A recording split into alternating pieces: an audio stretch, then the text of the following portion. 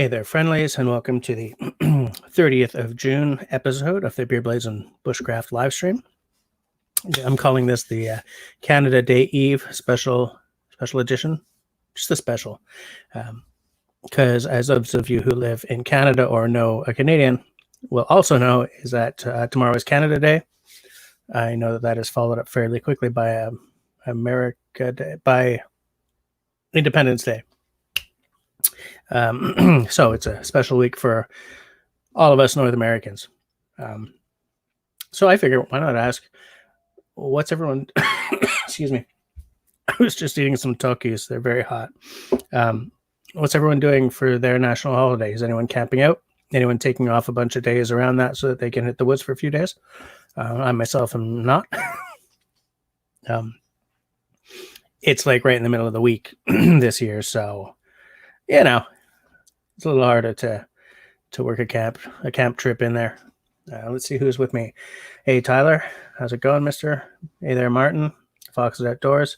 Any of you guys doing anything special for your the various holidays? The various national holidays? I would like to have spent it in the woods, but we just couldn't get it organized this year. Hey, Jackie. Nick and you are planning a trip to Tennessee. Tyler and his partner are heading to Tennessee. Pick me up a bottle of Tennessee whiskey while you're at it. That was a joke, because getting that bottle across the border would be a nightmare. 10 Bombs here. Nice to see you. You're going to be celebrating Canada Day tomorrow in your own way out there in Sweden. Oh, hey, Outdoor. Tenenbaum's having a celebratory poutine. Good man. That's the way you do it. Martin is spending some quality time with the family. Outdoor Daubers camping out in the backyard. Maybe I should do that. Maybe I should have done that tonight, actually. Since I don't have to be up tomorrow. Who's got a beer? Tell you about this one once it's poured. I think I've had this one before. I'm starting to run out of untried beers. Oh, crap. There's no light in here, so I thought I was doing a better pour than that. I'm just going to leave that. Oh, I finally blow the pour, and Serge is finally online for a live stream. Great.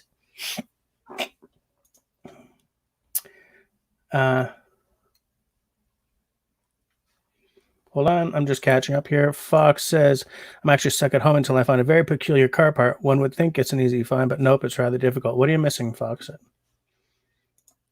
Two Screws. Welcome. How you doing?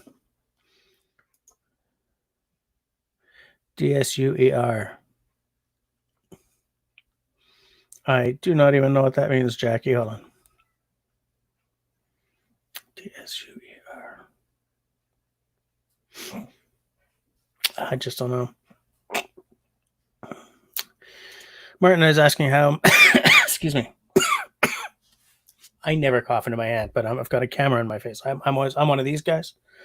It was kind of innocuous, actually. We played all Quebecois music all the time. We had it set to 94 point whatever.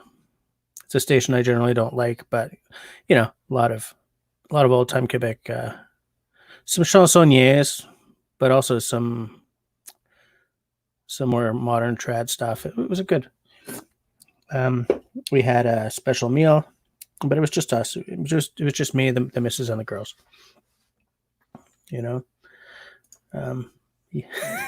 Yes, that's true, Tyler. And of course, Serge had to comment because I really blew the head on that one. Sorry. Oh, you were trying to say Dauber. Jackie. All right, so there we go. Still a bit of head on there, but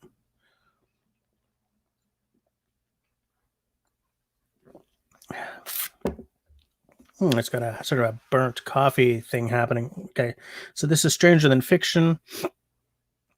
Yep. Stranger Than Fiction Porter by what's this? Collective Arts. It's in Ontario. Where's it in? Beamsville. Hold on. Hamilton. Collective Arts Brewing, Hamilton, Ontario.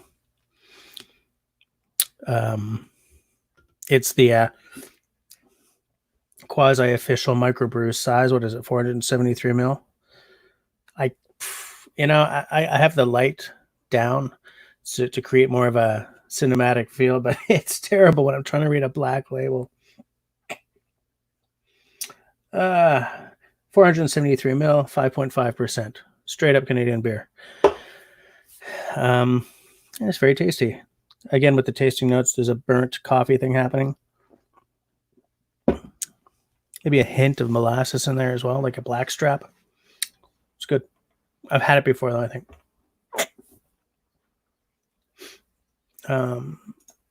Tyler has no beer, but he has an Arnold Palmer in a glass. Fair enough. Hey, Grace is here. How's it going, Grace?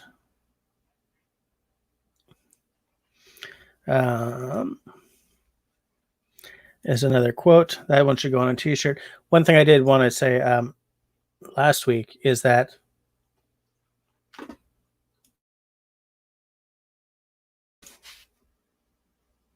my secret weapon, the mute button. I took down my t-shirt store. I figure it's kind of not worth it to have the t-shirt store at this number of subs. I'm gonna, when I hit like 5,000, or maybe I'll push it to 10,000, I'll bring the t-shirts back. But right now, like, I sell like 3 a year, 4 a year. The time I spend dealing with taxes for that kind of sales just isn't worth it. I mean, I didn't take it down in a strop or anything. I was like, no, it's not worth it. I just figured it's something that I wanted to do months ago. I just kept sort of leaving it up.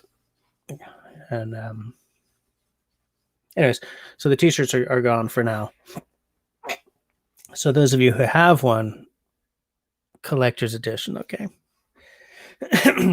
Actually, that's what I should do when I bring the t-shirts back. I should completely change all the designs and never bring the pre-existing ones back again. My eyes hurt today. Simone is saying hi to everyone on planet Earth. Where are we? Thomas Jordan, hello. Thanks for having. Hey, Thomas, how's it going? Welcome to the stream. By the way, since my question tonight is very, very simple, I figure I'm just going to drop an invite. I just did for people who want to come on and talk about what their camping or bushcraft or outdoors related plans for around the holidays or coming up might be, so long as we don't get political or gun related, unfortunately, and we stay on target, keep it outdoorsy, then anyone is welcome to come on and give it a chatty poo.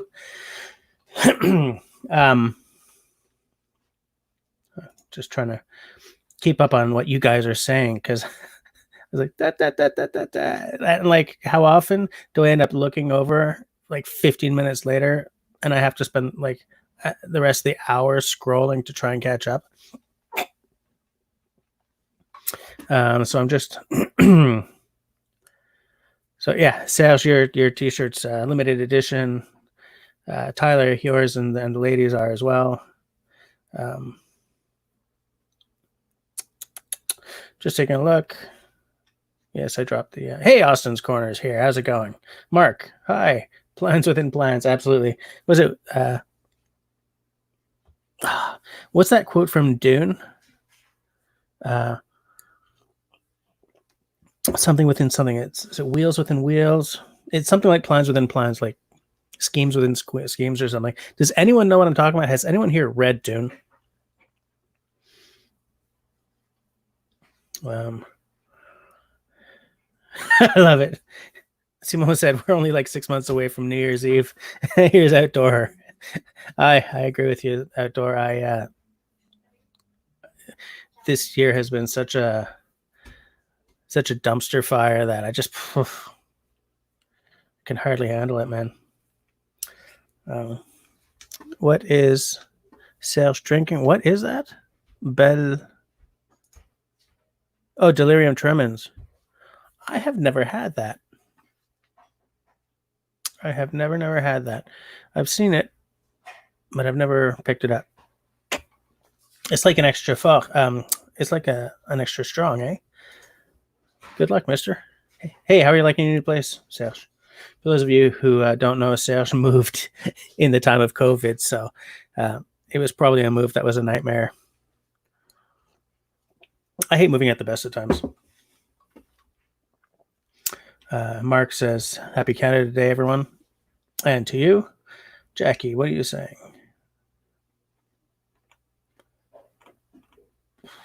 Jackie is going to do a day trip, probably to a local conservation area or similar. Similar, nice. That's a good plan. Thomas and Grace are buds. Jackie says, hopefully somewhere with a little fishing action.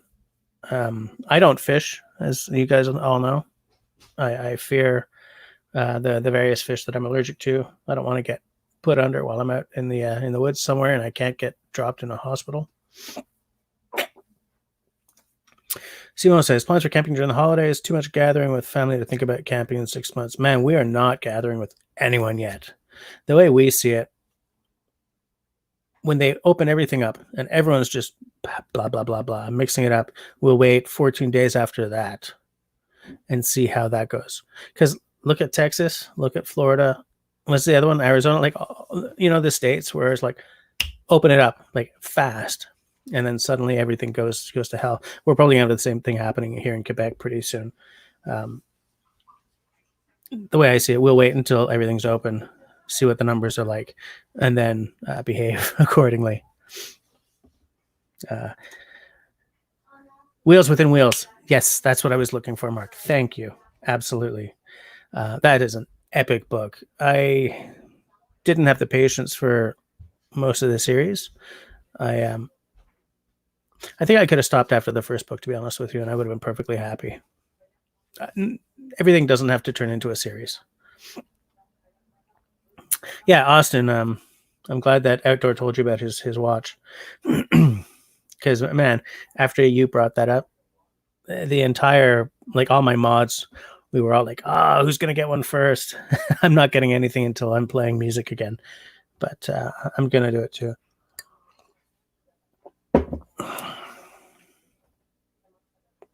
Yeah, Jackie's done with the 2020 craziness too. True words, Mr. Mark. This year will be a year that teaches us to appreciate some things far more than we did.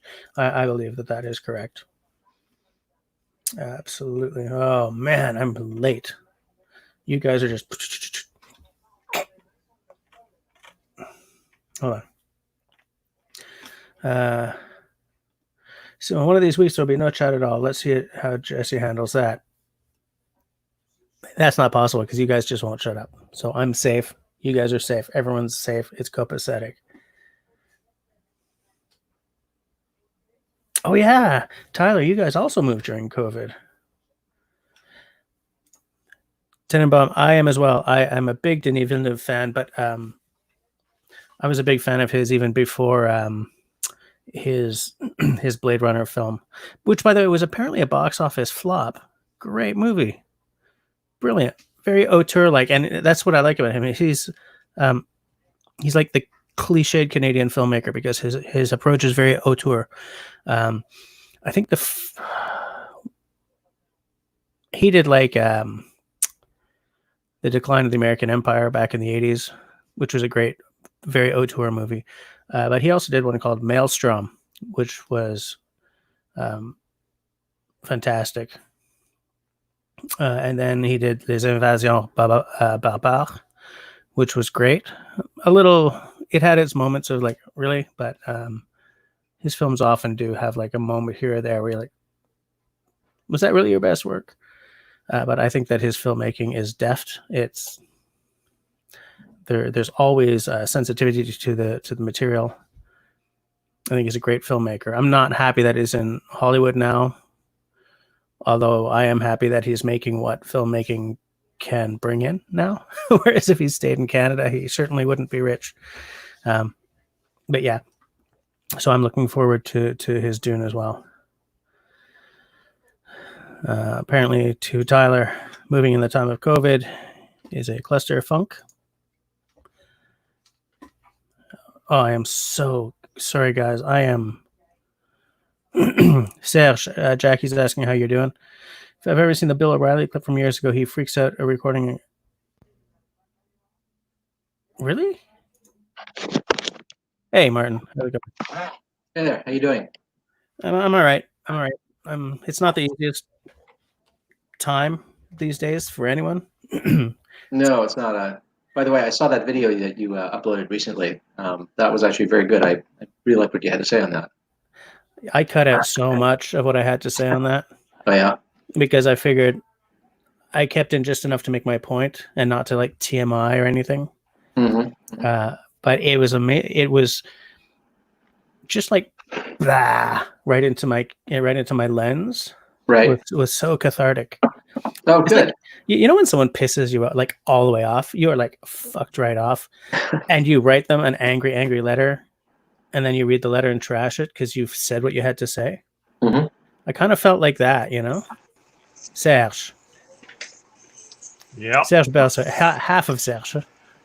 Yourself. I gotta adjust my my camera here. I'm actually using my phone. Okay. There you go. Kind of, sort of. Well, what do you guys think? Like this or like this? I think that's better. This? Okay. We'll leave it like this. Yeah. Then. All right. So what's up, Martin? You doing anything special for Canada Day? What's going on? Nothing terribly special for Canada Day. My wife and I are going to visit her sister and their family, whom we've not seen in these many months. They're renting a cottage not far from here. Okay. So we're going to do a social distance day and just spend the day with them. We would have liked to spend the night, but it's probably not prudent to do that, so we won't be doing that. But just the day hanging out together, outdoors. They've rented a cottage on the water. They've got a canoe, nice. So we could probably swim and do some paddling and stuff like that. So it should be a nice day out. And then in the coming week, it's supposed to be some really nice hot weather. I think my wife and I are going to go on a short canoe trip. There's some land that I want to revisit. Do you remember last time we spoke where I described taking a spill?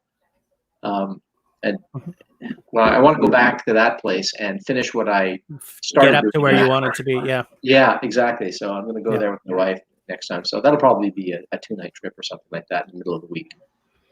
Still 2 nights away is because Kevin always says that in order to really get the experience, you got to be gone for like 5 days. And I get that. I understand that, but I don't. True. I can never get that long away. Oh, it makes a huge difference. 2 nights is really nothing. You just start to feel at home in the woods. Just barely start. But after 5 days, you don't even want to come home. And I don't mean you don't want to come home because you're having such a wonderful time. I mean, you feel at home. You never want to leave. Yeah, you feel completely at ease. Whereas I find the first couple of days I'm there, I'm still sort of getting into it.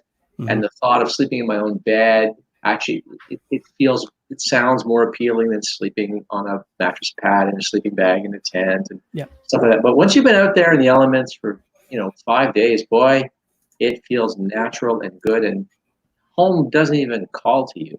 It's a weird thing. But I know what he means by that. At least that's how I construe it. I get that. I absolutely get that. Hard to get away that long, though. I mean, my wife and I we're fortunate. She doesn't work. I have a part-time job. I'm sort of semi-retired, so I can take.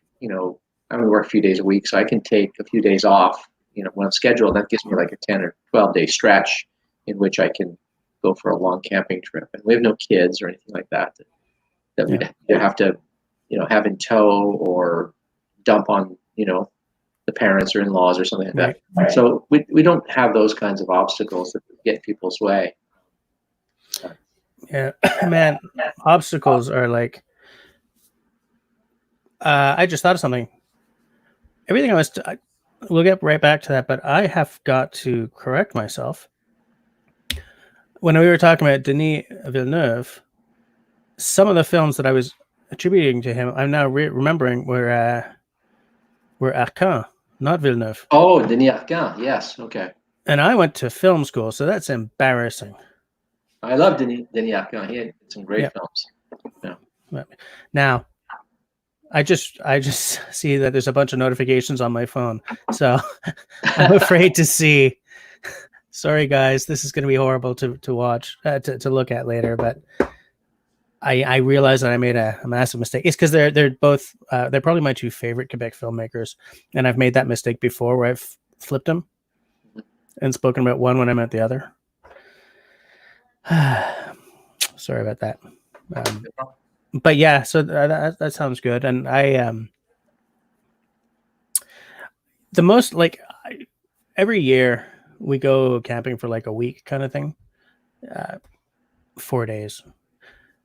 But before that, like when I used to go hunting, I'd be out in the woods for like a weekend, just long enough to be like, I really, really dig this, and then I had to go back to work.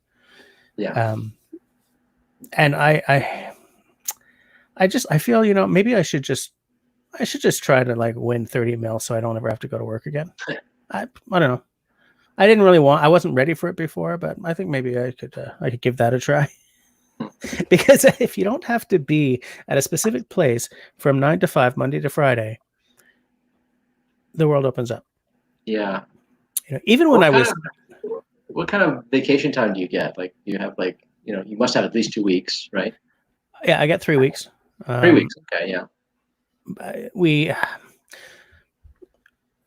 My wife and I try to at least have a week of overlap. Mm-hmm. Okay. Because there's childcare and everything to work out.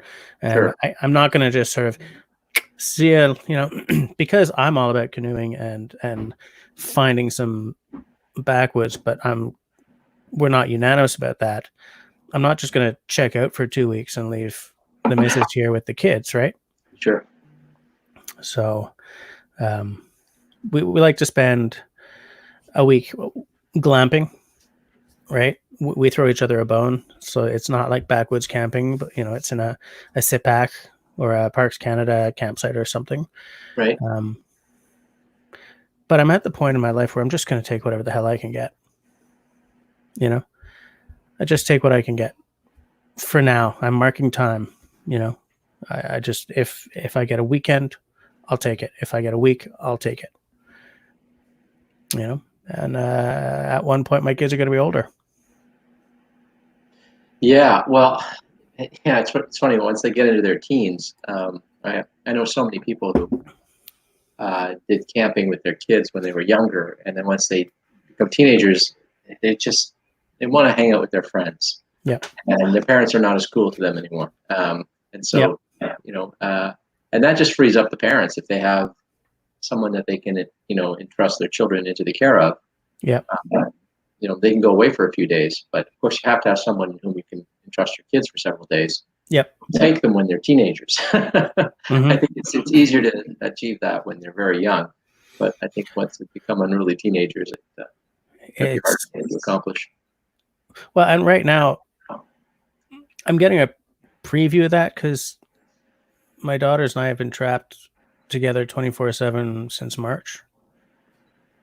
So Camille and I aren't even really getting along right now. Like it's all attitude all the time, and I'm just like enduring this wave of just anger, and I'm just throwing it right back. You know, we're not. She's not showing up in a lot of my videos right now because we're kind of not liking each other, and I know it's because. Well, there is two things. Cabin fever, right? Mm-hmm. Absolutely. And she's becoming a preteen, right? Like she's starting to sort of see where she can push. And my friends who have had girls in that position before say, it's not going to get any better for years. No, and I'm just like... It's such a nightmare. But if at least she was in school or camp or something and we just got a break, because she needs a break too. Yeah, clearly. Sure. You know? Yeah. Well, this is really hard on them, and you know, it's easier for us who are adults to make sense of all this. And you know, we're older. We've developed coping strategies that, you know, as children they don't have yet, right? So. Yeah. Well, it's anyway. Mm-hmm. What about you, Sal? Are Yeah, I you was doing gonna say anything? Sal's isn't even talking, man. Yeah. I think he's muted. Yeah, you're muted, Sal. We can't hear you. Nothing. We cannot hear you. No. And it's funny because he's not muted here. Just not picking up his mic. No, nothing yet. Mm. That's No. funny because when he joined, I thought I heard him. He spoke, and I heard him. So Yeah. we did hear you when you first joined the stream. Yep. Whew, it's hot over here. Yeah, it's hot here too, but in the basement here it's not. Mm. So, and the past 2 days has been a lot better. We had a big rainstorm and it sort of broke the heat, Nice. which was a requirement, man. It was terrible. I'm just sort of catching up on the side chat here because Jackie's giving up because she's been commenting on her phone and the typos are legendary. Looks like we're not the only ones with rain. Thomas Jordan lives in the Monadnock region. I don't know anything. That's New Hampshire, but I don't know New Hampshire at all. Does anyone know those regions? No, that's not White familiar. Mountains. Martin, you might be the person to ask about this. Not for any reason other than you've done some cool sort of backwoodsy or desert camping or whatever. I had this concept of maybe for my 50th birth, like not on my 50th birthday, but when I hit 50, which is 2 years away, like maybe I should, I don't know, walk across Iceland or do something that I have to train for, and is a like what's the word? A signpost? No, a landmark year. Right. That I like when I hit 40, I bought that really expensive base over there. Right. Maybe when I hit 50, it should be something. I don't know why I just said walk across Iceland, aside from the fact that I've always wanted to see Iceland. Yeah, But that seems like an odd one to me, but that's because I've never had any particular desire to take really, really, really long hikes. Least of all across Iceland, because I don't know anything about it. But yeah, I mean, that would be a great thing to do. I mean, would you be doing this can you alone? hear me now? Yes, we can hear you, Sal. Okay, there you go. There. All right. Martin, we'll take this offline until later if you want. Like sure. It's something that's been sort of going around my head. I think it might be I have one question about it though. I mean, is this something you would like to do alone, or is this something you would do as a family, or? I don't know, straight up solo. Oh, okay. Like something to test myself. Ah, I see. Okay, no, I do get that. I absolutely understand that. Yeah. Serge? Yeah, so just to jump in, what you guys were talking about before, it's funny because like I'm planning to take my daughter camping for the first time this year. Nice. It's kind of going to be a challenge now because we have this whole like split custody thing, and I don't want to bring both kids. I only want to bring the older one. So right, it's good. It's a whole other layer of complications now. Yeah. And how old is she? Julia, my eldest, is 7. The other one is 5. So the 5-year-old, I don't think she's ready to really go camping. She tends to be more of a girly girl too. So she likes dresses. We go to the park, which is like a 10-minute walk, and she can't stand it. So I don't think camping is going to be a thing for her for a little bit still. So I'm not going to force it on her. I want her to enjoy it. I don't want her to despise it, I work with someone who every year-ish takes her daughters on a big backpacking camping trip. They're both teenagers, and she says they whine the whole time. Yeah. But they're doing it anyway. I just think, well, all the power to you. It kind of, I like to hit the woods so that I can hear the music of nature and all that stuff.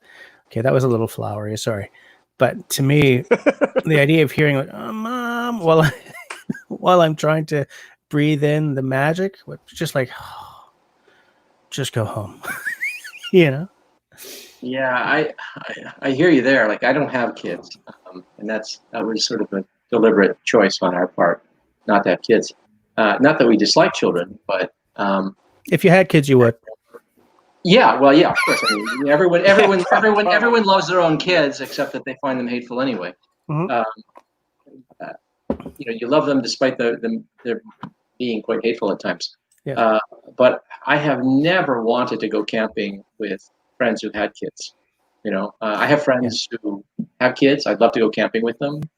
I don't want to go camping with them and their kids though, because just everything has to revolve around them. Everyone has to be sort of brought to heel. Yeah, it changes to the accommodate the kids. Yeah, and I mean that's no fun. I mean, if we had kids of our own, then it would be different because we'd all be sort of in the same boat. But it feels like an undue hardship on us. So I don't go camping with people who want to bring their kids along. I mean, if they're sort of if they're teenagers and they're kind of eager and into it, then that's completely different. Yeah, that's different. That's different. I totally agree with you on that. Yeah. Yeah. And I've had a couple of people contact me online now, two specifically contact me. One gentleman actually came out of the blue. I don't know him at all, and he contacted me and he said, my son and I, we love your YouTube channel, but we don't have any real backwoods experience, but we're kind of into this and we'd like to learn more. We'd love to, meet you sometime, and could you take us out and sort of, act as a guide? And I was like, this could just be a nightmare. Like, so part of me wanted to do this. It felt, first of all, I was very honored and flattered that someone would ask me to do that. Yeah. And it would be nice to sort of, maybe pass along this passion that I have to a young person. I understand his dad wants to sort of communicate this to his boy, but he knows he's not terribly experienced in this. He'd like his son to sort of benefit from someone who's been doing it for a long time, and he would benefit from it as well. And I just thought, this is really nice. It felt like it would be a generous thing for me to do. But the more I thought about it, the more I realized this could go so pear-shaped. If this kid is a brat, or if this kid really isn't into it and dad is sort of dragging him along, it's just going to be a hellish day. Even if it's just a day trip, it's just going to be a terrible. And so I had to say, no, I'm not a guide. It's not what I do. Not that I was charging them money, buy me a coffee. I would have been happy to do it. But I just thought, boy, this would not be any fun. So honestly, I think you got to do it with your own kids. I can't imagine doing it with anybody else's kids. Or if if the father and son are both, like, if the son is right up there, if he's like 19 or 20 kind of thing, and he's, at least he's got a sense of self going. Well, I didn't have a sense of self at 19 or 20, but you know what I'm saying? Like a 14-year-old versus a 19-year-old. Yeah. Well, I mean, at 14, I had quite a lot of experience sort of, in the bush and, short overnight camping trips and stuff like that. Yeah. And I would have been keen to have some old fart like me teach me stuff, when I was that age. So that would have been absolutely fantastic. But, there's probably not that many kids that are into that at that age, right? It just so happened I was because of where I grew up. Yeah. But that was going to be my argument, actually. My argument is the fact that you might have some kids that are into it, and but that's the thing. You'd have to know the kid first, right? Exactly. I think before you'd be able to go camping with a child, whether it being like an 8-year-old or 12-year-old or 14-year-old, doesn't matter. If you know them and they're like deeply into it, then you'd probably have a blast, Yeah. Exactly. Yeah. Exactly. Yeah. But off the cuff, forget about it. Yeah. And I do it. I didn't know what kind of experience they've had in the bush. Like some people, I mean, I've been out with adults who love the idea, sort of the romantic aspect to the outdoors that appeals to them. But when they get out there and the bugs are biting them and it's hot and sweaty and we're not even halfway there yet, they start to get cranky. you know, and then all you got to yeah. do is there's nothing to say but look, you just got to suck this up. Yeah. Like it gets worse. It doesn't get better from here, right? And Yeah. if this degree of discomfort is going to make you miserable, you know, you need to turn around, right? And Yeah. you know, and that's with adults. You know, so, Adults who may understand that. Yeah.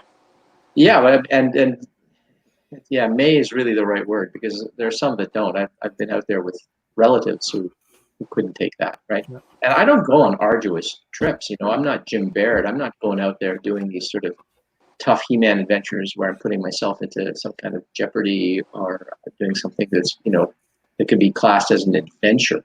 I never do anything that would qualify as an adventure. Everything I do in the outdoors is play, right? It's a vacation. Yeah, It's which all is my I don't push myself, you know.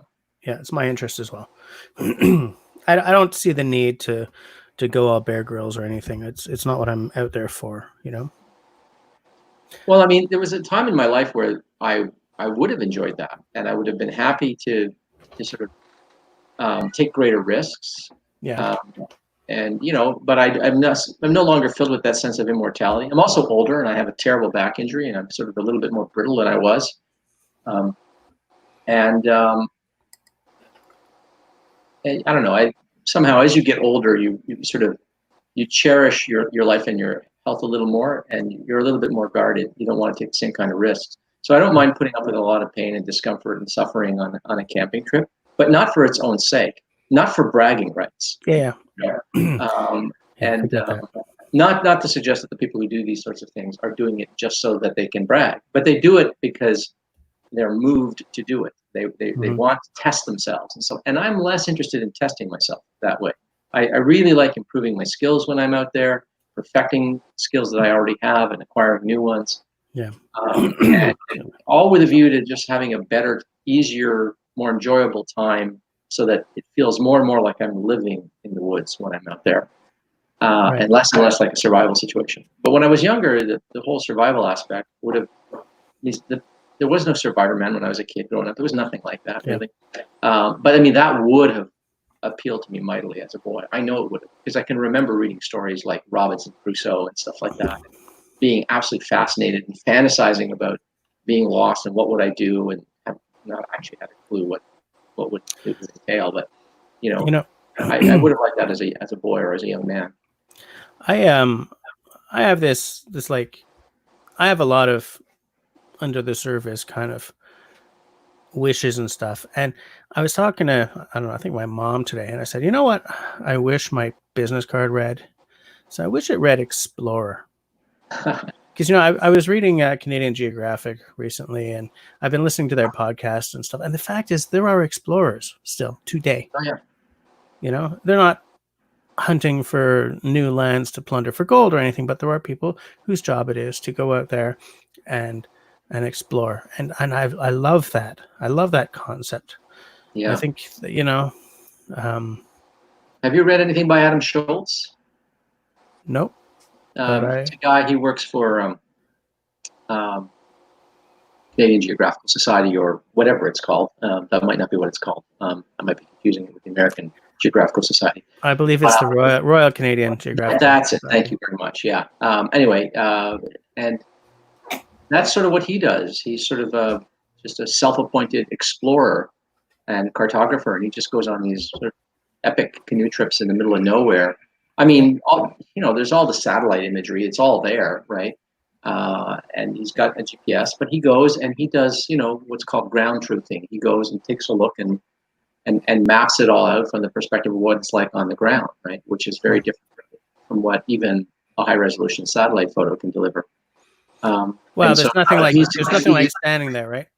Yeah. And so he's elaborating the maps for those purposes. He is a legit explorer. Yeah. And he's written a number of books. You might like some of them. Like, none of the titles come to mind because I confess I read one of his books and I didn't like it, but a lot of people in the canoeing and camping world love his stuff. I don't know why, but something about his style doesn't appeal to me. But other people like it, so I'm happy to recommend it to people who like that kind of stuff. I'm going to take a note. What's his name? Adam Schultz. Schultz, yeah. Yeah, SHO, not Schultz, but Schultz, Oh. SHOALTS or Z. I can't remember. I'll have to look it up. Hang on for a second. It's Yeah, strange she to said, think still that that exists. You know. Yeah. It's like you said, like with satellites and everything like that. It's you wouldn't think it, but like you said, it's completely different on the ground. And geez, I think that would be like a dream job. You know.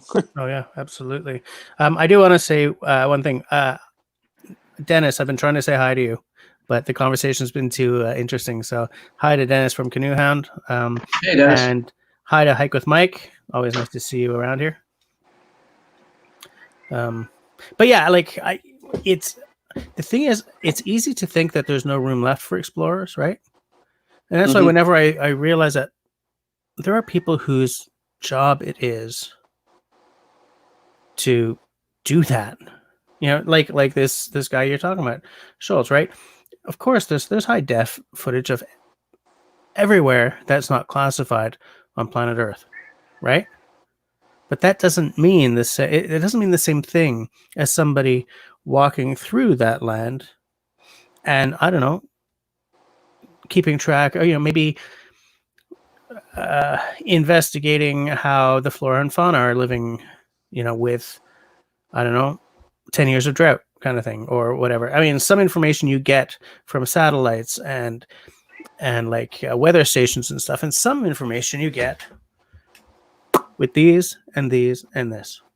And it takes a human being standing in a plane, or I mean a plane, not an airplane, or standing in a forest, or wading in a creek and digging after endangered, I don't know, crawfish or something. Crayfish? Crawdads, crayfish. Are those the same thing?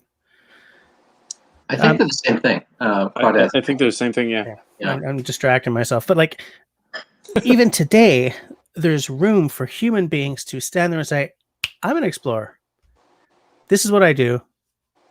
And well, you got to also take into account that despite all the technology that we have today, you go to certain areas like thick forest or the Amazon, or there's still lots of areas which you can't just take a picture from a satellite and know the terrain.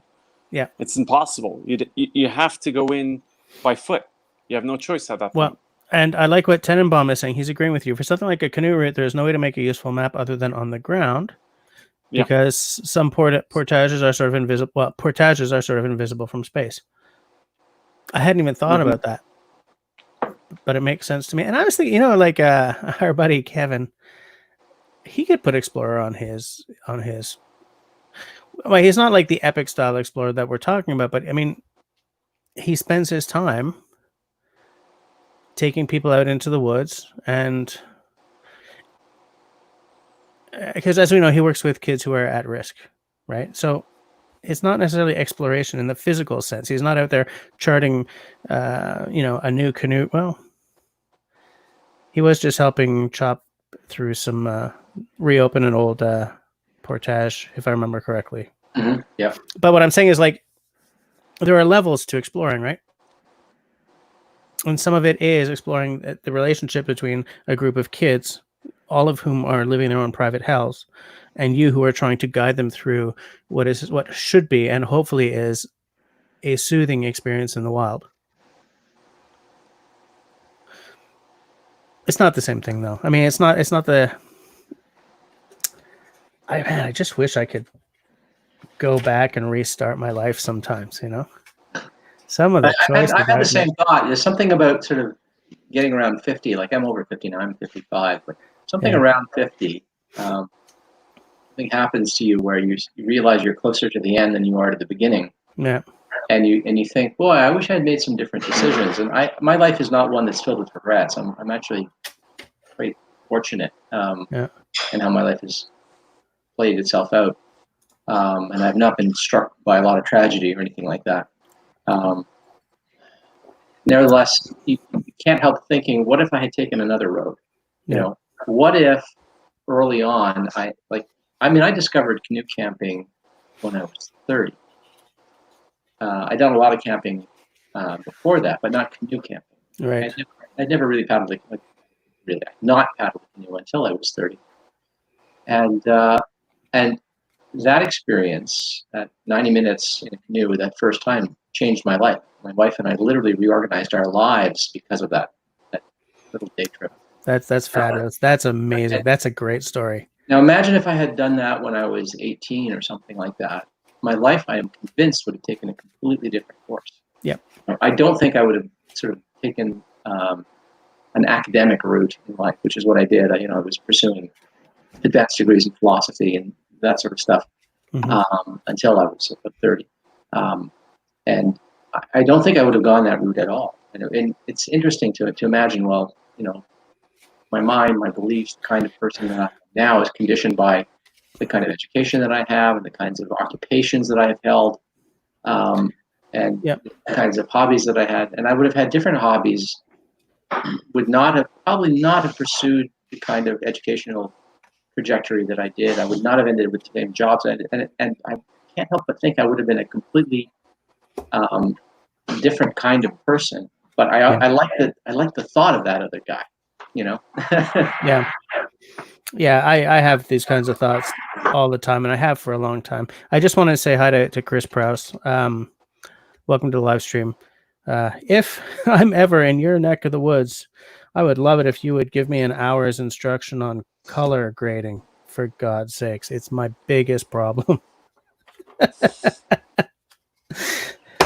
But I'm glad you like that recent video, because I put it up and then I took it down and then I put it up. I put my videos up before they're supposed to go live, and I sort of, whatever you call it, I set it to go live Friday morning, but I actually put it up like Wednesday night kind of thing. Man, I put it up and I took it back down like 10 minutes later, and I was like, I made the damn thing. And I think that I need to say these things. So I put it back up. And then on Friday morning, I was like, I should have taken it back down. I got, and it's weird, right? That why?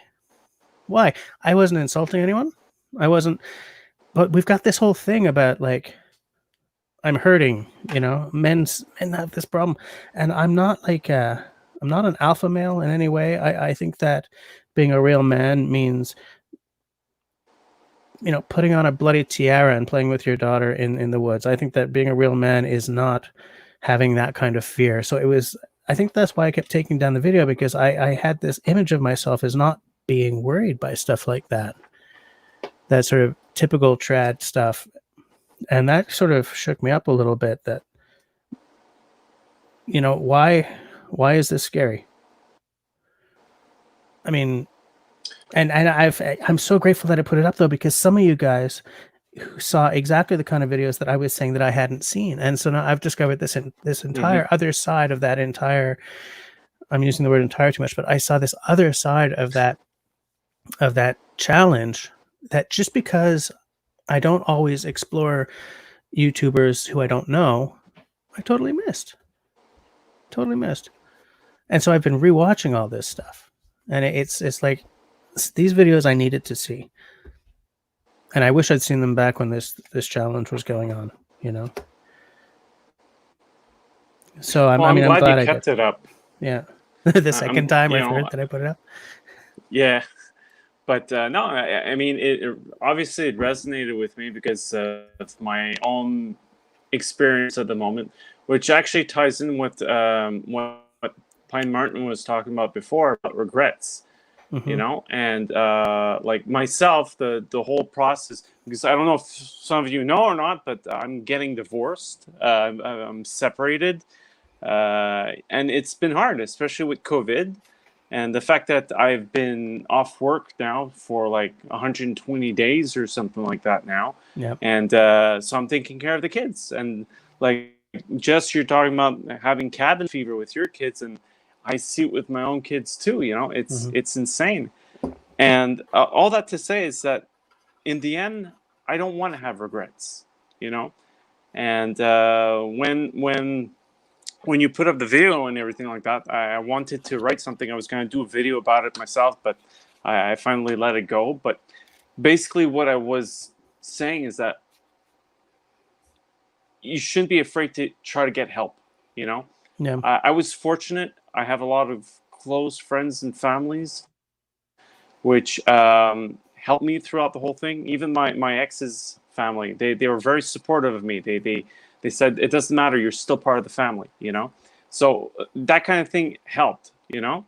But I know some people, they don't have that, and there's Yeah. no shame in trying to seek help from a professional or something. And going back to what I was gonna get to before, is I don't want to have regrets. And despite the fact that my marriage is over, I kept a photo of myself and my wife, or my ex-wife, a picture of us on our honeymoon. And the reason why I kept that picture is because I wanted to remember the good times. You know, we had good times together. During that honeymoon, we went to visit some vineyards, and Where was that? in Napa Valley. Nice. And that's it. We did a wine testing thing, tasting thing, and we have a picture of that at one of the vineyards, and that's what I kept. You know, and going back to the whole point of no regrets is like, these things define your life. You're not, you take that with you, you know. Yeah. So the fact that Martin went to school and got educated and everything like that, it probably helped him discover his canoe passion, you know, and he has a different perspective on it.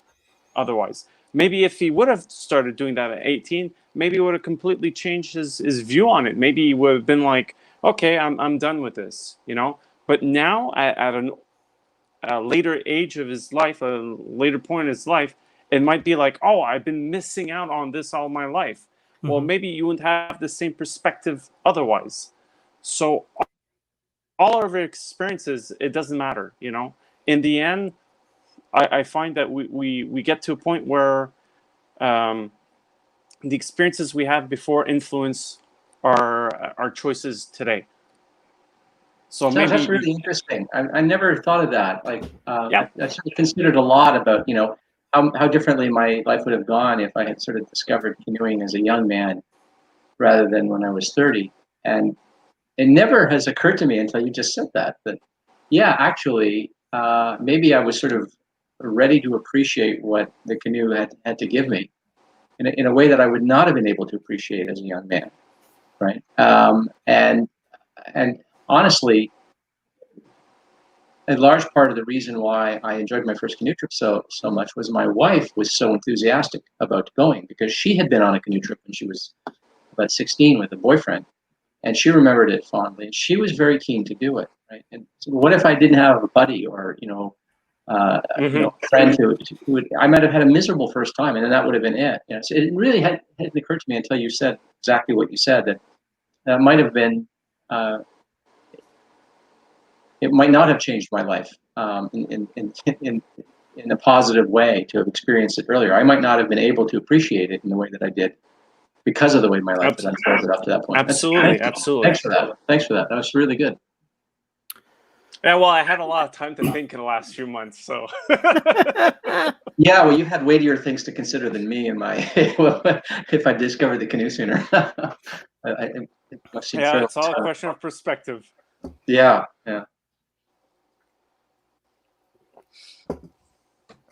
Anyway. But Jess, yeah, that was a brave video. That was a hard thing to shoot, and I can absolutely understand you sort of having some trepidation about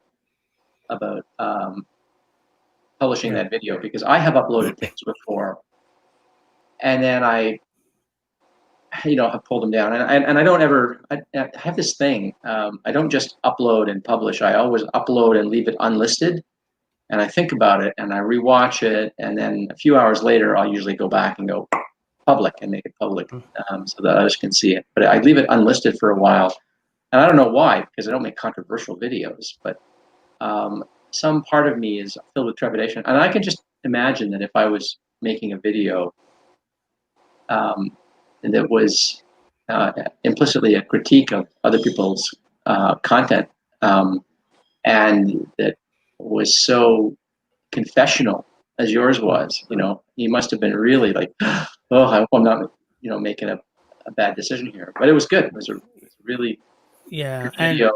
Yeah. I've something that Zed Outdoors once said has stuck with me because it gels with the way I've been working at being online since about 2018, 2017. Like consciously. It's always been sort of that way anyway.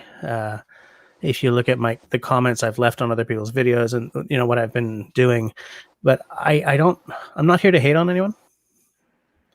I never leave a comment unless I can find something encouraging to say. Like, I'm not going to troll someone. I'm not going to troll someone on camera. I'm not going to troll someone in their comments. I've been on the receiving end of some wicked trolling, but I don't reply in kind. The last 6 trolley comments I've gotten, I've replied with the exact same thing. Thank you for commenting. Because I try, as a younger person, I really owned my inner asshole. Okay, I was, I've been angry for my whole life, and I used to really own that. And I said something to someone about a stranger on the street one day, and the stranger heard me, and instead of getting angry, she got hurt. And it changed everything for me. It took me a long time. Like, I've been really working at this for a good 20 years now to sort of bury that rat fucker good, Oh, it's okay. I'm not monetized. That's right. But like, it's something that I deliberately do, that, anger will ruin your life if you let it. Anger will rule your life if you let it.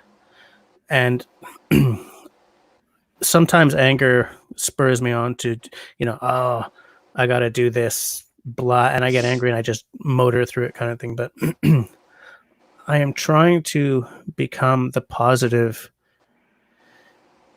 not influence, because that's not ostentatious. What's the word that I'm looking for? Presumptuous?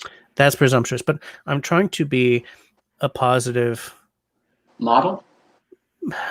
or a positive shade in the background of someone else's life. I try to always bring a little positivity, because that has always made such a massive difference to me when I'm in my darkest moments. And so I'm not going to comment on your video just because I hated it, kind of thing. I'm not going to comment. There's no benefit to commenting. There's no benefit to trolling someone. There's no benefit to trolling someone on camera.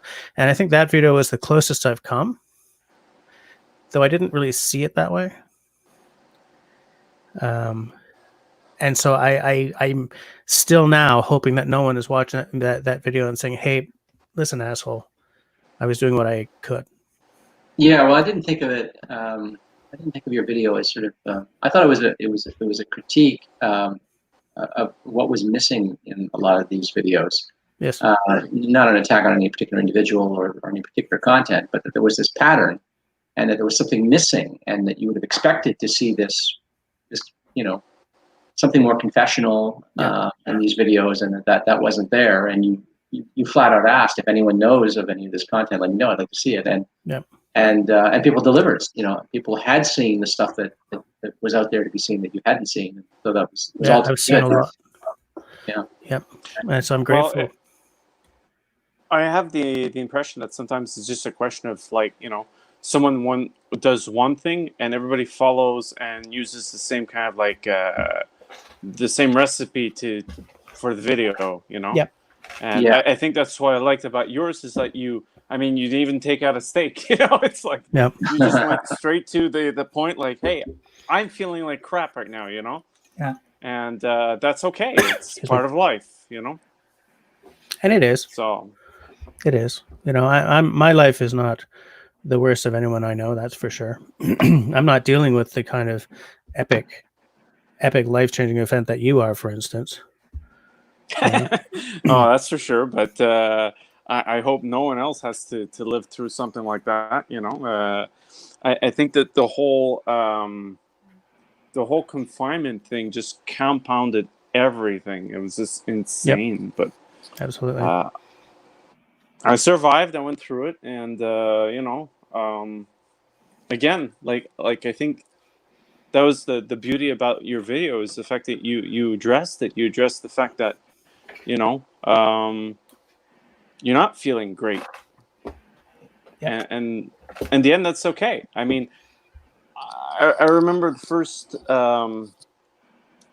little while that when my ex told me that she didn't want to be with me no more. I went off on a park somewhere and I cried for 4 hours in my car, and I just let it go. And sometimes that's the best thing to do. You just have to confront your sorrows, your demons, if you will, Yep. And once you've accepted that, then you could start to move on, But anyway, that's my own experience there. But I know in my case it's divorce, but like other people had other issues as well throughout this whole pandemic thing, and it's not over yet. That's the other thing. As much as people are saying, "Oh, let's open it up," and it's not over. Yeah, let's open it up, and then everyone gets COVID. Yeah. Yeah. Hey, Dennis. But just to say that other people. No, it's fine. Other people are going to go through some crap in the coming months too. Yep. And they have to deal with it, just like everybody else. You're gonna say? I was just going to ask Jesse a question. I said Dennis because I saw Dennis's name in the live chat. But Jesse, I had a question. So in that video, you talked about, and I've heard you say this before on other occasions in your live streams, that you find it very therapeutic, sort of when the black dogs are on you, and to be out in the woods. And I find that interesting. So now I don't suffer from depression or anything like that. I'm very fortunate. I don't have anything like that. That sort of plagues me. But I certainly do feel better after I've spent significant time in the woods. Even just a day trip, just a few hours, makes a difference. I feel better. But it's not sort of a mood altering or mood elevating thing in that sense. It doesn't. I find it restorative, but it doesn't seem therapeutic. It doesn't sort of put me in a better mood, for instance. It kind of mellows me out. That's certainly true. But I'm wondering what sort of, if you could elaborate on what that feels like, because I don't have that experience of sort of being down and then sort of being buoyed by time in the woods. Well, I will preface this by saying, if I come across like an epic, beautiful vista, I may weep. I may weep at that. Like when I did that Grand Canyon video, when the missus and I were. I remember that one. Yeah. Because I'm talking to the camera, so I don't see what's happening, and then I look up, and there it was, and you've seen it. And I just had to turn off the camera because I was like, I when I head into the woods for long enough, I kind of come out an animist. I've said that before. I don't mean like I come out all worshiping rocks, but it's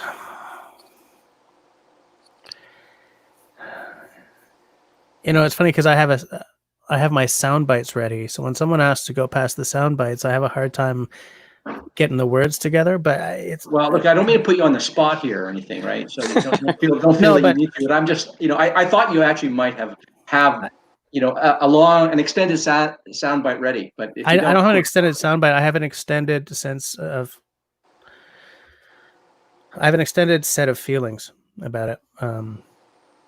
And it goes back. I've told you guys about when I was like this irritating teenager and I looked out over this bowl valley and like everything started moving to get me to where I am today. I'm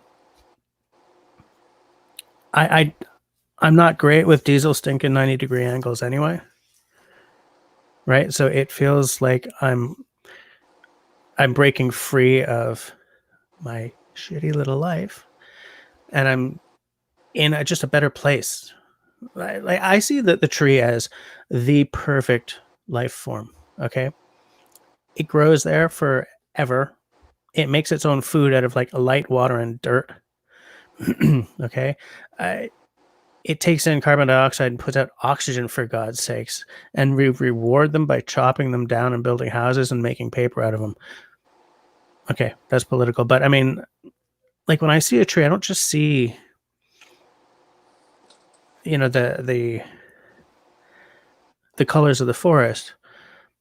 I'm fascinated by the processes that are at work within that tree. I'm fascinated by the processes at work in geology. I'm fascinated by the processes at work that are keeping the planet spinning. Like all this stuff is always like where I go to, you know, to think about stuff that interests me.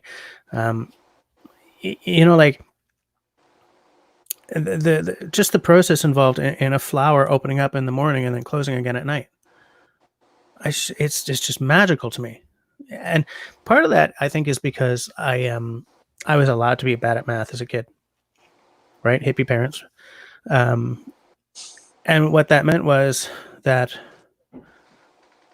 so many career choices were not open to me because I didn't have the math. Because math is the language of the universe. You know, you can't do science without math. You can't understand orbits fundamentally without math, right? So I'm very science interested, as I had to have done a podcast with a scientist. But because I don't get the math part, all I really get are the punchlines. Like I don't fully understand the setup to, you know, the thesis statement kind of thing. So I feel that I'm looking at the world with only one eye sometimes, and so when I look at the forest and the processes at work in there, it's fascinating. It's absolutely fascinating. And when you are that full of not religious awe, but not far off, you don't have room for anything else. You don't have room to worry about everything else. You know, I'm not stripping my clothes off and like, you know, running it to commune with nature or anything. I mean, I understand that that is an excellent way to end up dead, but like these places are real to me. And these places are like the smells are. It's like it's a release from everything that has me so bloody trapped. Yeah, no, okay, I get that. That's a really good answer. Thank you very much. That's yeah, okay, I get that. I certainly feel those things. I guess because I don't sort of suffer from depression or those kinds of mood conditions. I don't get sort of a benefit that you get from that experience. But that experience that you described is certainly one that I have myself and share. It just doesn't have a kind of a mood buoying effect on me. But yeah, that makes total sense, and I can see how it sort of contextualizes things. It's sort of one thing I feel whenever I'm out in nature for any prolonged period is you know, people talk about feeling like you're one with nature, but I mean, you really feel like you're in your context, and things are put into perspective. You know, I've often said that if I die and I die out there on a camping trip, it'll be good. You know, I'm allergic to bee stings, vaguely allergic to bee stings. It's probably what's going to get me more than any other thing, because I'm out there. There's bees, there's wasps. You're crashing through brush and on a portage, and you know, it's happened to me, you know, and the next one that gets me will probably be the one that kills me, you know, but I'm good with it, you know, and I wouldn't feel that way if it happened in the city. I would not be so sanguine about the prospect of dying in the city from a bee sting. But out there, I would just think, you know, this is the place. I feel like I belong here. You know, it just kind of makes sense.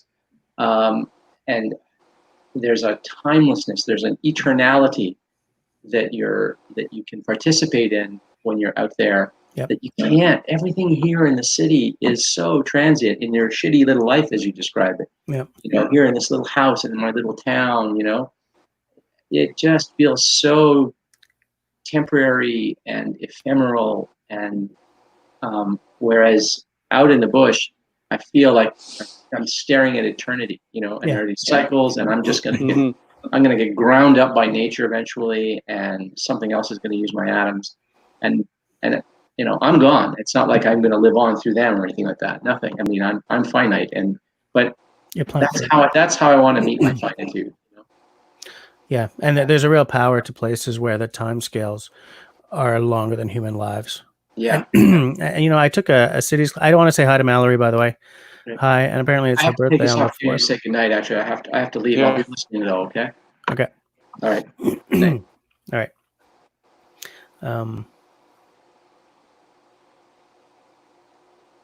There we go. All right. I guess it's just you and I. I'm going to throw the invite out again to anyone who wants to come on. Yeah. No, for sure. No, but it's funny for what he was talking about, because I find that often when I go out in the woods, I don't necessarily like what's the word I'm looking for? I don't like need it like you do, I guess. But when I'm there, I always have a moment where I'm either staring out in the trees. I'd say once every 2 times I go out in the woods, I will just stop, probably just close my eyes and just listen, smell, and just like feel it, Yep, I would vision. Yep, I get what you're saying exactly. Yep. Yeah. But it's needed, I don't necessarily feel like, oh, I gotta get out in the woods this weekend. No, but when I'm there, I'm like, oh, I needed this, kind of feeling I get usually. Well, it's easy to put your head in a different place so that you don't really know that you need that until you're there, kind of thing. You get so caught up in the day-to-day life, of our little urban lifetimes, and when you're distracted by all that stuff, it's easy to lose track of certain things. And for me, it's definitely that I got to hit the woods every now and again, or I just turn into an asshole. But for some people, it's not that. For some people, it may be sailing or knitting, or I don't want to make it sound like my point of view is universal here. It feels universal to me because it's all encompassing, but I mean, it's not like that for everyone. I sometimes wonder what people who spend like all their time out in the country, like maybe who run survival schools and stuff, I wonder what the flip side is for them.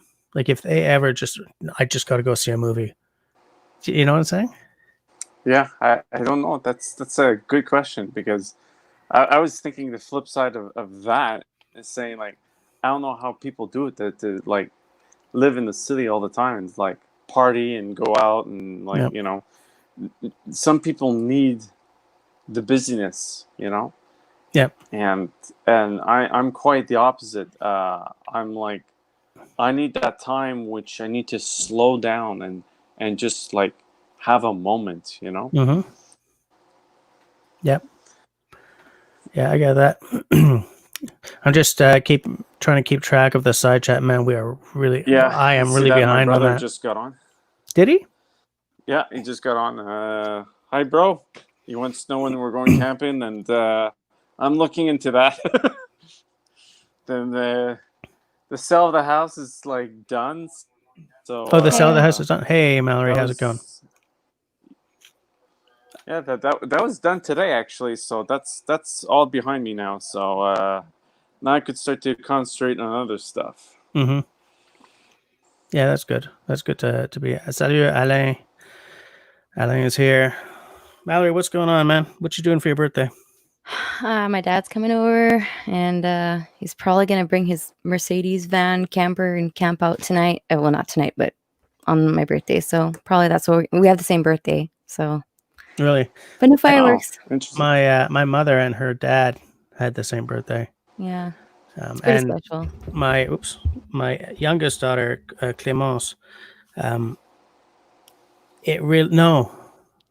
my eldest daughter, Camille, she was almost born on my dad's birthday, but labor took so long that it sort of went over into part of the next day. And it would have been really? really funny if like we'd had two of those in our family, because that's not that common, No, it isn't. you know. It isn't really. Yeah, but it took a That's wicked funny long that you time. say that because my eldest, she was born a day before my father's birthday. Huh? 9 That's months funny. goes by quick. Yeah, yeah, Yes. that's true. That's very true. Yeah. I mean, it says two guys who didn't have to deal with that. It's funny because the first 3 months of Camille's life, I was like, what the hell did we do? And I hated it. And like I had my parenting moment one night, like about 3 months later, and it was such a stupid little moment. There was nothing going on. I was giving her a bottle. Her eyes were closed, and she just like put her hand on the bottle. It's a nothing moment. But boom, man. I was just like, everything just flipped, and I was like, I'm there. And I think and I did like a little non-scientific poll of my father friends, and I was not alone in that feeling. They weren't all like that, but a lot of them were. And I think it's because the mother has a full 9 months of shit got real, okay? This thing's inside, and like it's real way before it is for us. For us, we're stupid. It becomes real when this baby is like bleeding and our wife is exhausted and it's like, oh, okay. And so You're a then, father. Yep, right there. and then Mhm. so it takes some time to sort of kick the inner child to the curb a little bit. Yeah. I mean, I have no knowledge about this. This is just what it seems like, just from having conversations and going through my own like. Oh yeah, Ben. It took him like I think 6 months to really connect with our firstborn, but the second child like was automatically, even though she cried her face off for the first 7 months. I mean, it took a while, but yeah, it's a process. And me, is like completely the opposite. I had a baby blues after Ariel, my first one, and I wasn't able to connect with her for like 3 months. And then it just like I snapped out of it, and then I was like, oh my gosh, like what have I been missing out on? So yeah, it's like everybody goes through something, Yeah, everyone's got their own experience. Yeah, Everyone lives their own private hell, as I always say. yeah, we all process differently. Definitely. Yeah. Thomas Jordan thinks we're the same age. I'm going to be 32. Man, I wish I was back in my 30s sometimes. Yeah, same here. Back then, there was still time to do things different. So who's right here? That's Serge. Serge. Yeah, he's been in a couple of my videos. We hit a little patch of countryside in Saint Christine every now and again. Yeah, Saint Consistent. Yeah. All right. I'm going to Montreal in 2 weekends. I'm going to Léry. Nice. I'm going to go boating and fishing with my sister. So I'm going to meet up with another YouTuber friend that I have. She's going to come meet me, and I had invited her to my wedding, but then it got canceled. So we're going to finally meet up, which is pretty cool. Oh, that's cool. Yeah. I still have not met another YouTuber in person. Yeah. No. I've met a couple of subs. I met Tenenbaum. He was in Canada from Sweden, so we met up in Ottawa. But I still haven't had the dual YouTuber experience. Everyone shows up with their cameras pointed at their face. Yeah, I'm here to meet that guy and turn it. The typical. Still haven't. I don't know if we're both going to film it. I'm probably going to film it, but I don't know if she is. She's not very active on her YouTube channel these days. It's the busy little house, Karen. Okay. She's always in my chats and stuff. All right. Well, yeah, I'm excited. Very excited. And you said you're going boating? Yeah, she's got a boat, and she lives like in the sort of like in the outskirts on the side of a lake, and she's got her boat in a I don't know exactly where it is. I'm really like not knowledgeable on that. Okay. But yeah, she's got a little boat, and we're gonna go out and have some sister time away from the kids. Oh my gosh, I'm so excited. Nice. Yeah. And just keeping an eye on the side chat there. Alain is asking, what are the babies and children you speak of? LA, free LA. uh, But you know, like I envy him sometimes. yeah, I do sometimes, but I don't other times. You know, I mean, Yeah, for sure. the eldest child, though our relationship is so hellish right now, it wouldn't be in like a third of my videos if we weren't connecting on the outdoors aspect. You know, if that wasn't Yeah. a place where we can really connect, and Which is it's kind of too bad because like my brother and I had a conversation about this a while back, and we were saying that we like the videos that you do with Camille. It's like I don't know why. I think it's because it's different from the other bushcraft YouTubers, and like he doesn't have kids either, and that's it. Like he thinks your daughter's awesome, so you know. Yeah. Like he just said on the live chat there. I'm still behind. I just noticed what Tyler said. Tyler, man, I would watch all of that stuff. Oh yes, Alain, thanks. She also thinks she's awesome. Of course she does. Yeah, I saw you. I saw your video. You were doing that drink, and your daughter was in there. She was doing. I think she was helping out with a few things, wasn't she? Or was it you were? What were you doing? A knot? I don't know which video. Oh, the knot. Yeah. Yeah. Not But the I drink mean, video. like, we have videos like from earlier in the year and last year and a few years ago. Well, for the past few years, where she's like full on co-hosting. I have to go check that out. Yeah, she's in a lot of them. She's in some ways she's grown up on camera because of me. Yeah. Like when I started my channel, I think she was 2, and I wanted Sounds her. about right. Yeah, and I wanted her to not be as like when I was growing up. We did a lot of camping, and then I turned into a teenager and a young adult, and all video games all the time, kind of thing. Though I was like watching everything to do with animals in the outdoors.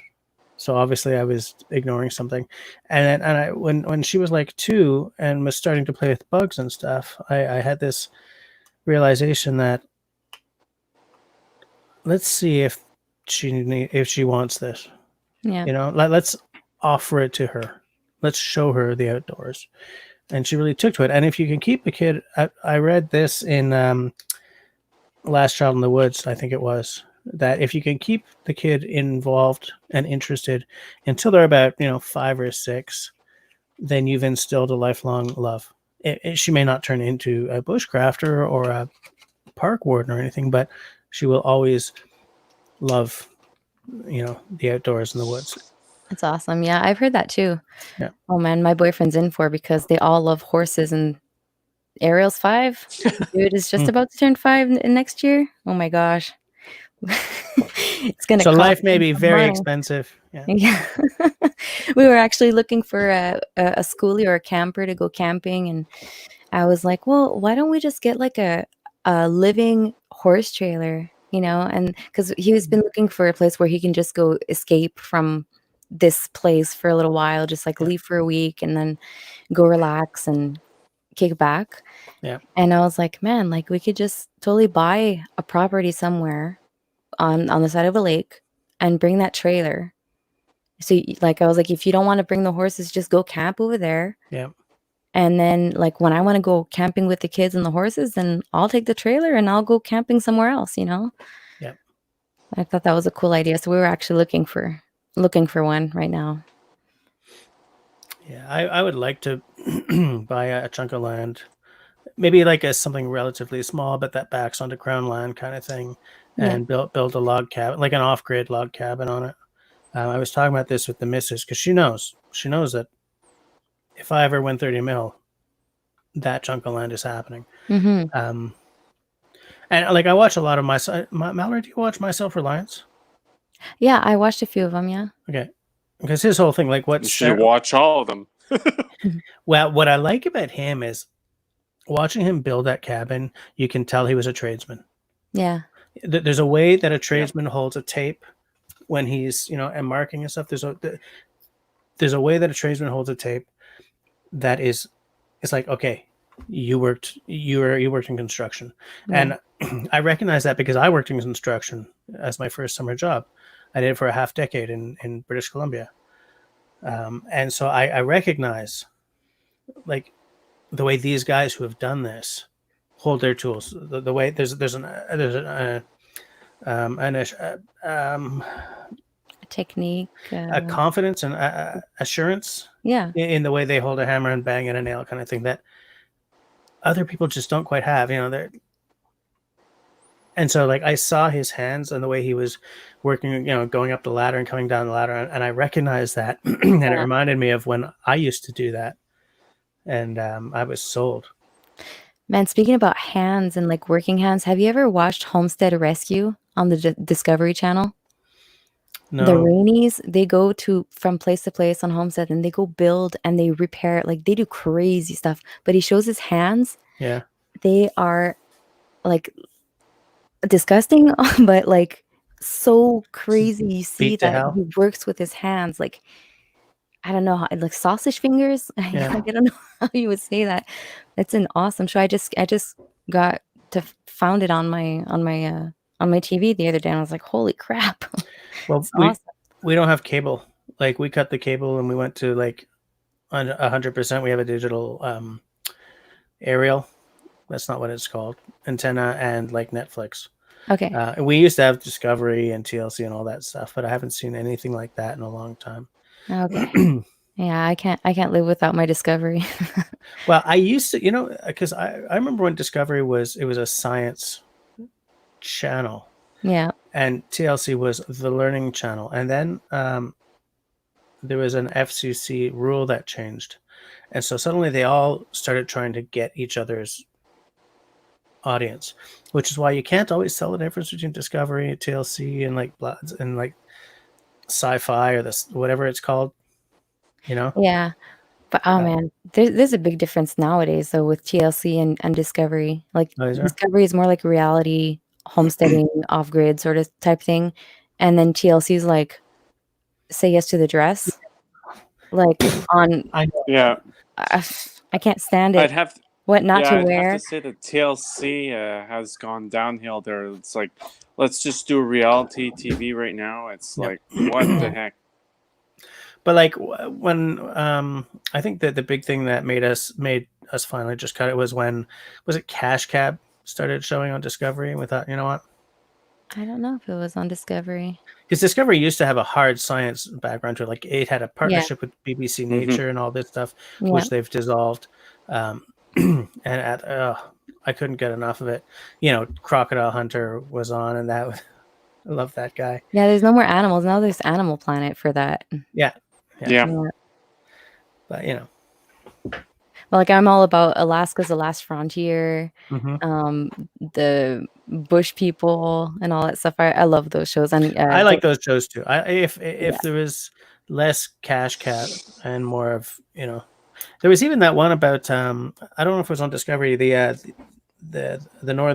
Northern Airline, the air cargo company up in the Arctic Circle somewhere. Yeah, they'd have to go. Yeah, I saw that. Yeah. I don't know what it's called though. Got to get this 50-year-old plane working again. I love stuff like that. Yeah. But yeah, me too.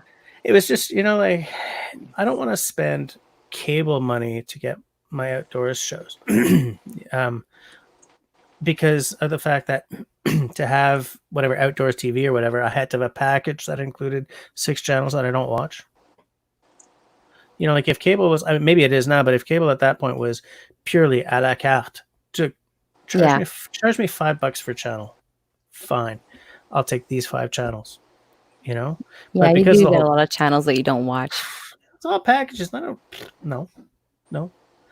Bye, Thomas Jordan. Have a good night. Thanks for hanging out with us. Night. Buffalo Airways. Thank you, Simo. Yes, that was what it was called. And Ice Road Truckers and stuff like that. I love those shows. And like if I wasn't so connected with these shows, and I haven't, because when I started YouTube, I discovered a whole bunch of really cool channels to watch. Yeah. But like I was so emotionally involved with these TV shows already that I cannot just drop them. Okay. Like I'm hooked. And that's what happens when I on the YouTube channel too. Like I'll get totally hooked, Yeah. and then I can't unsubscribe. Like that's just it. You're stuck. You're just stuck. Yeah, I'm stuck. Yeah, Yeah. you stuck with I me. think for me it was more a question of like lack of time, and that's it. Like the only thing I was watching TV for anymore was really primarily was the hockey, and even hockey, it's not as good as it used to be. It's like, I mean, hockey teams, they don't have like, the half the players or more than half the players don't even come from the city anymore. Yeah, So Dude, it's last like, time I or cared the about hockey, province. It's like, yeah. last time I cared about hockey, half my friends were wearing Carbonneau jerseys. Okay, that just goes to show you how long ago I gave a shit about hockey. I find even like I like certain sports. I like football, by which I mean the beautiful game, not CFL or NFL. You know, a Mhm. ball you play with your foot. Soccer. Yes, that's the one. yeah, soccer. But even then, like it's a great game. But like I go and see the impact sometimes. But I only really like sports when it's two national teams going at it, Yeah, because then it's not. I find that with most sports, this is way not outdoorsy, but I'll just make my point. With most sports, you may as well just put a corporate logo on the jersey at this point. Mhm. You know, when less than 50% of the players on the team are from this city that you're supposed to be representing, you know, no yeah, way. Just call them the Molson Canadians. You know, it, yeah. it makes no sense to me, and that's why. Like, I'll meet sports halfway when it's two national teams, but I don't watch the Habs. I haven't watched the Habs, well, obviously in a long time. Yeah, I don't watch much either. I think it's boring to watch. Because I'm really like an outdoorsy person, and I'm a sports girl too. So Mhm. I love to play, like Okay. friendly play. But watching it Mhm. for me is just Yeah. meh. Unless I'm at a bar or something having a drink, and it's a thing.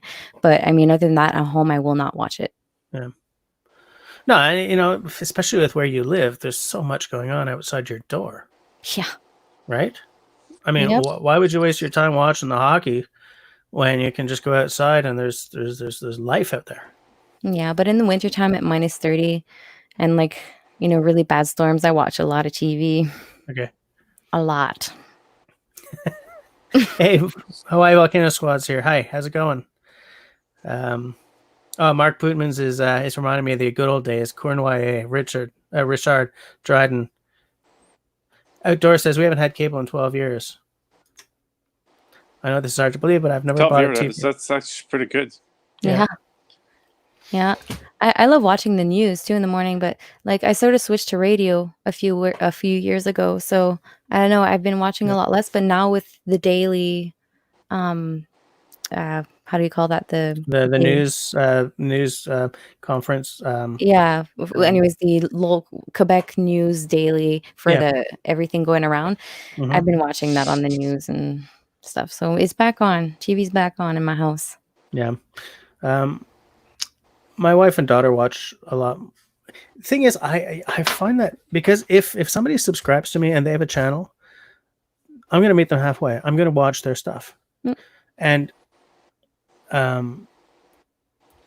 I have so many YouTubes to watch that I don't have time to watch that and TV. But it's okay to skip though. It's okay to skip Oh through yeah, and I not don't finish watch it. everything because I literally do not have the time. But I like to make sure that I keep up. I'm Yeah. watching some stuff, especially videos that are around 10 minutes. I can do. I used to watch like hour-long videos a lot, but I just Yeah. like I'll work on it for something by Joe Robinette or like if Sean James has something out that's long, I'll work on it and I'll watch some of those. But Yeah. I don't have an hour to myself anymore. Yeah. And so it's like I'll have some vids on while I'm doing the dishes or cooking or I was gonna say carving, but no. When I got the sharps out, I'm there. I'm in the moment. But if I'm Oh, it's oh no, you said something. You gotta finish. yeah. Oh no, I was just gonna say is that I think that's also the big thing too.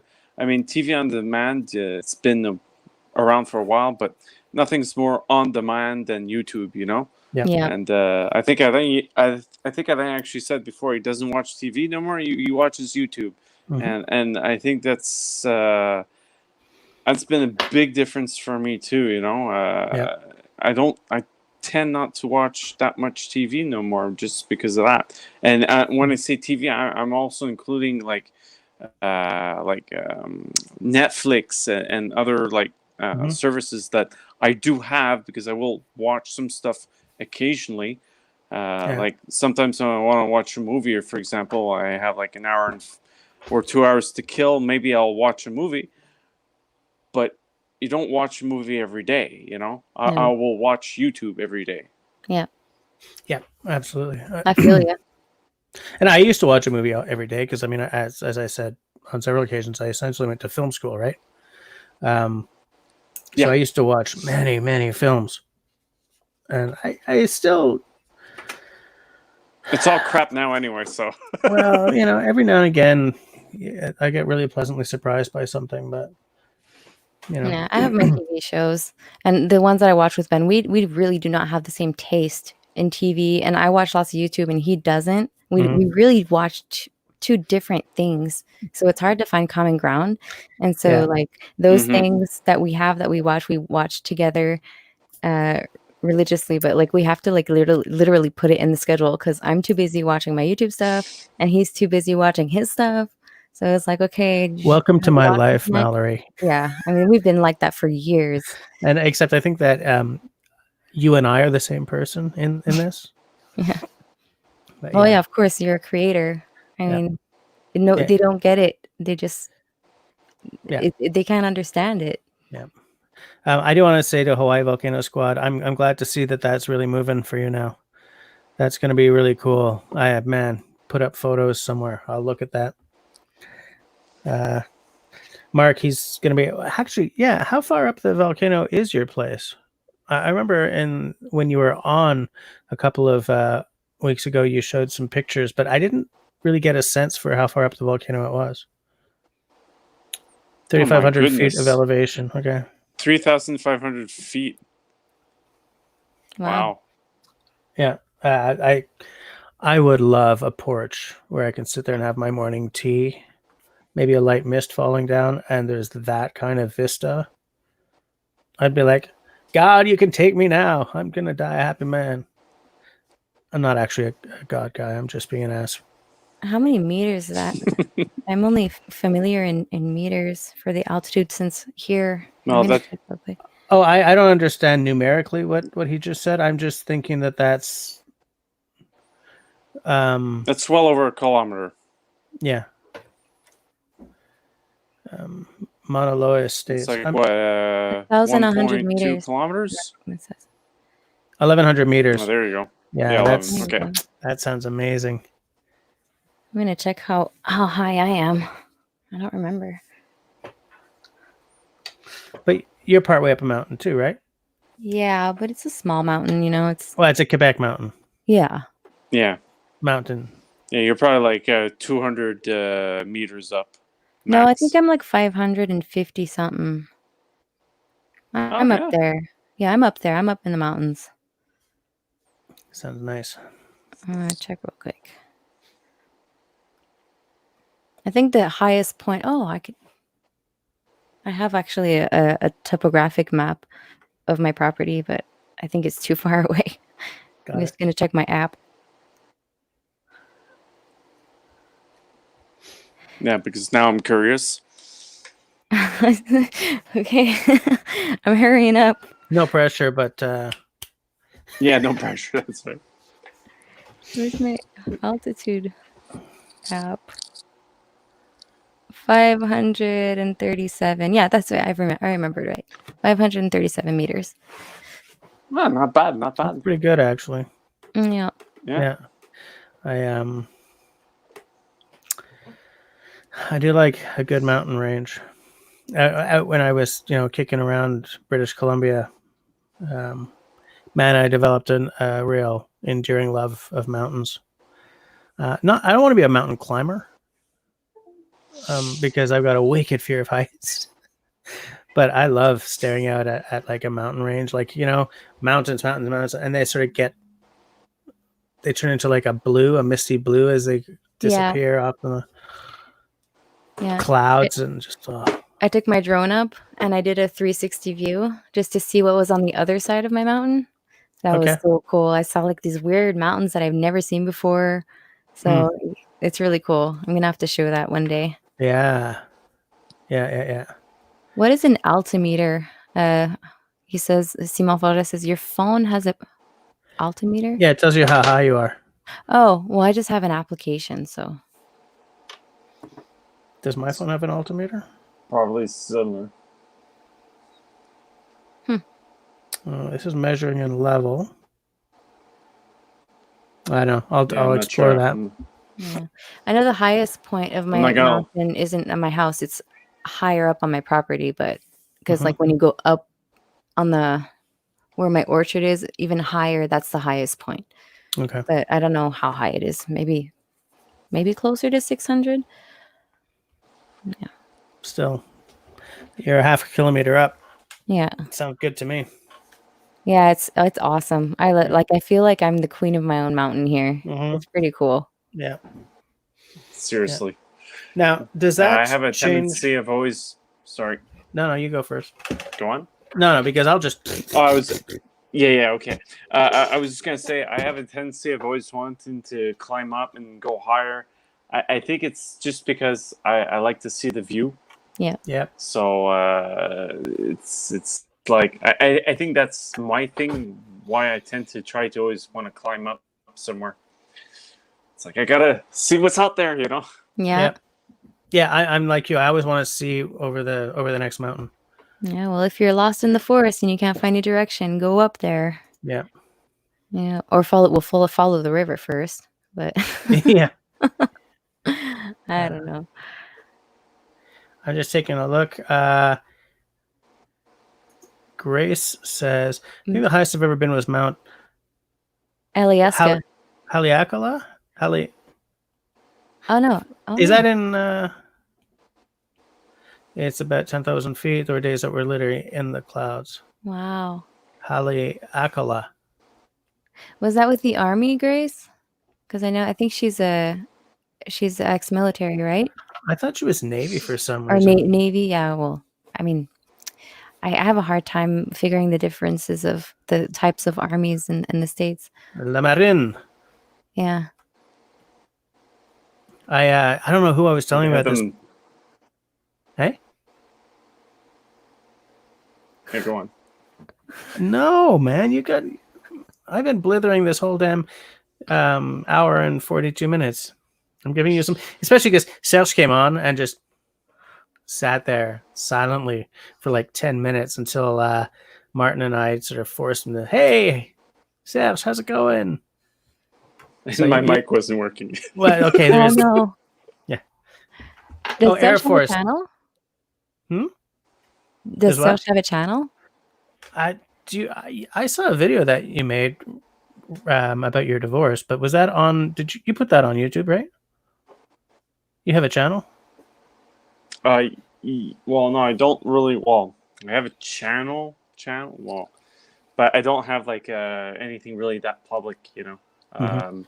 The little clip I did put up was actually like a private video. Oh. You can only see if you have the link. Which I just spoke about on the live stream. That's fine. That's fine. That's not an issue. It's just a personal channel. Fuck. Pretty much. Yeah, exactly. Oh, Grace is maybe badass. one of these Air days Force. I will.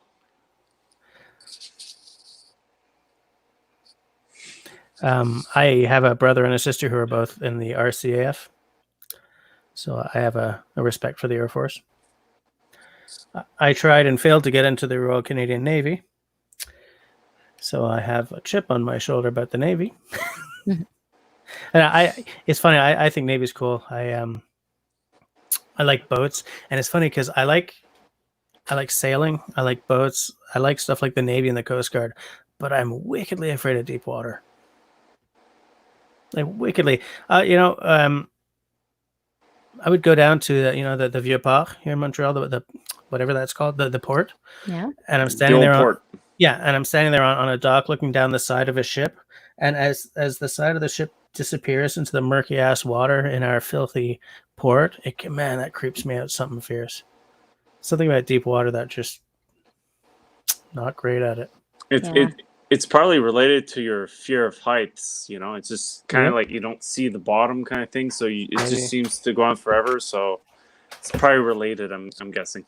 Yeah. I'm afraid of monsters in the water, so yeah. I think if I ever sometimes you see a picture of a kayak, like a sea kayaker, like from up here, and down below him there's like a sperm whale. Yeah. I would be like, excuse me while I just puke and die. That's my reaction. I know that they're not there to kill me, but you know what? I'm checking out.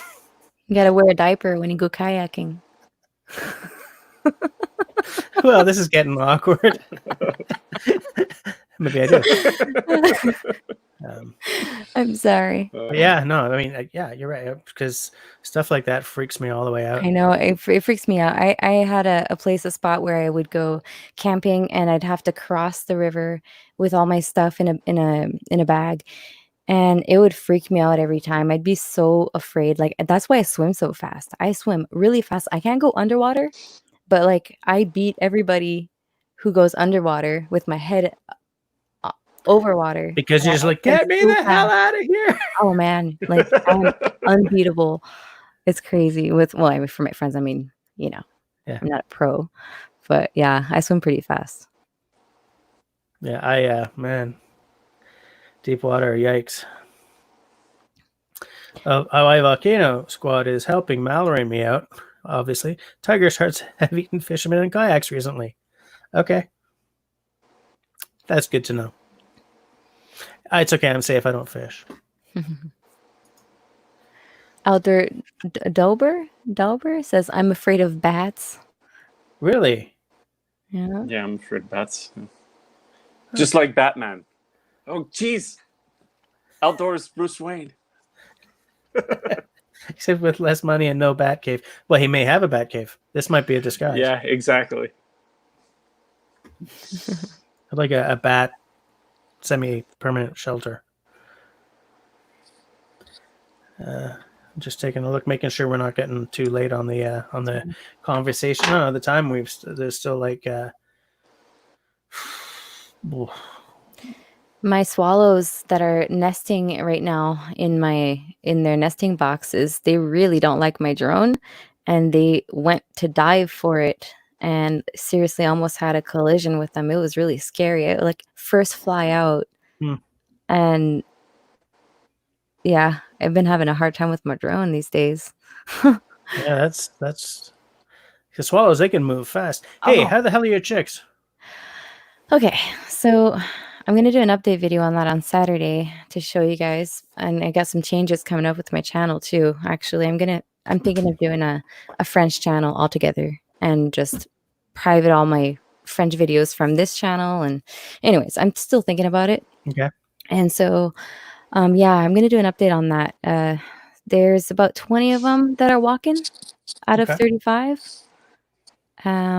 So Better than yeah. half. They're prepping up. They're prepping up. They're getting a lot better.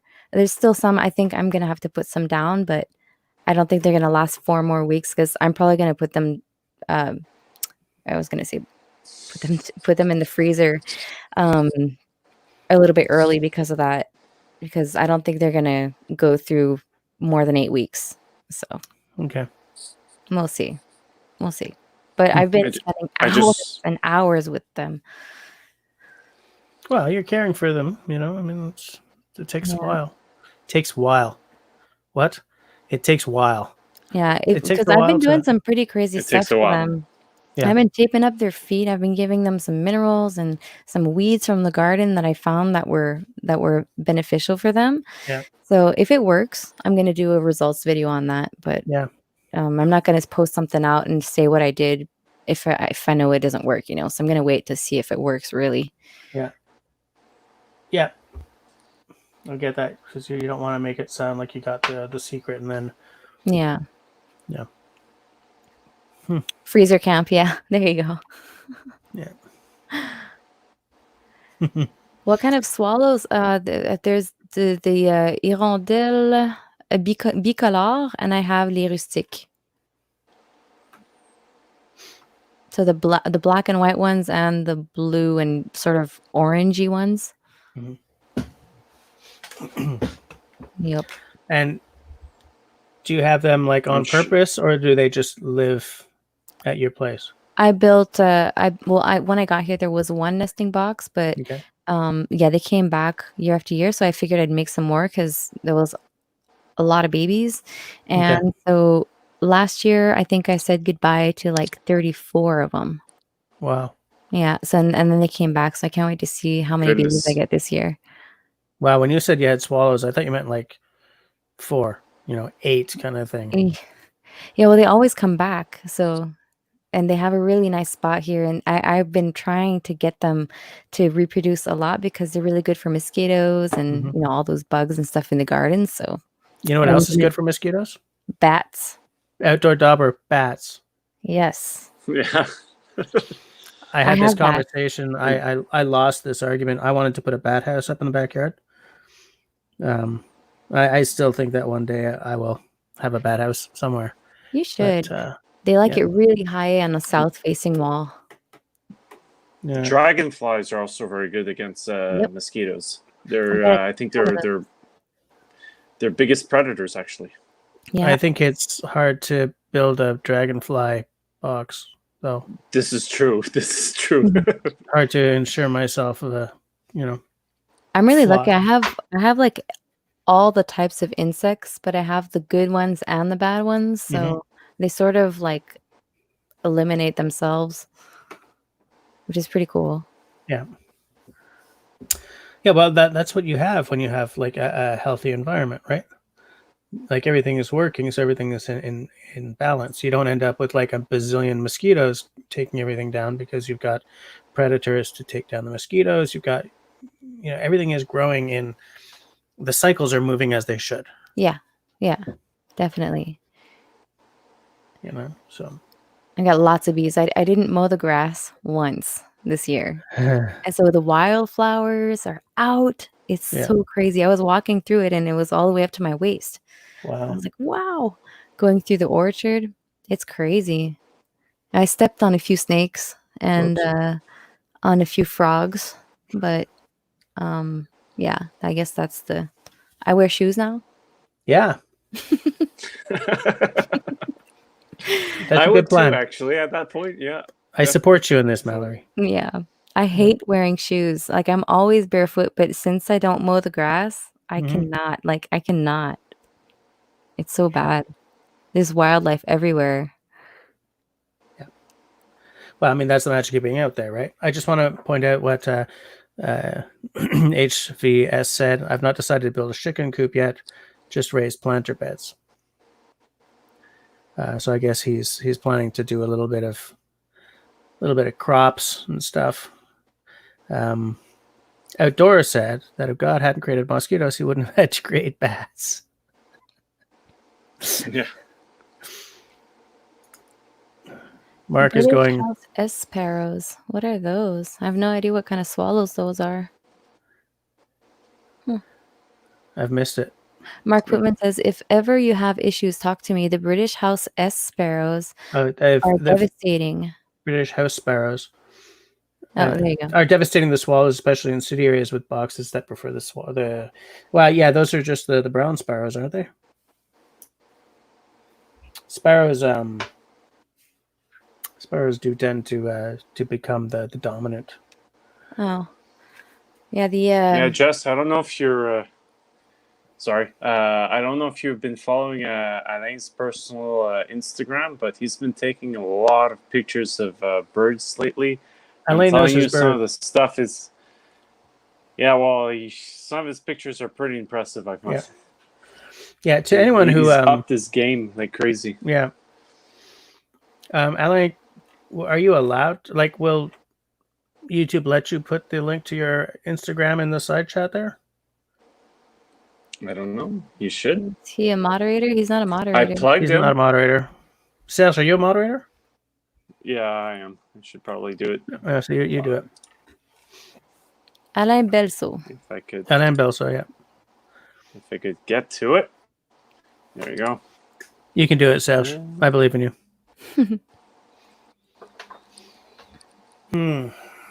6 minutes left.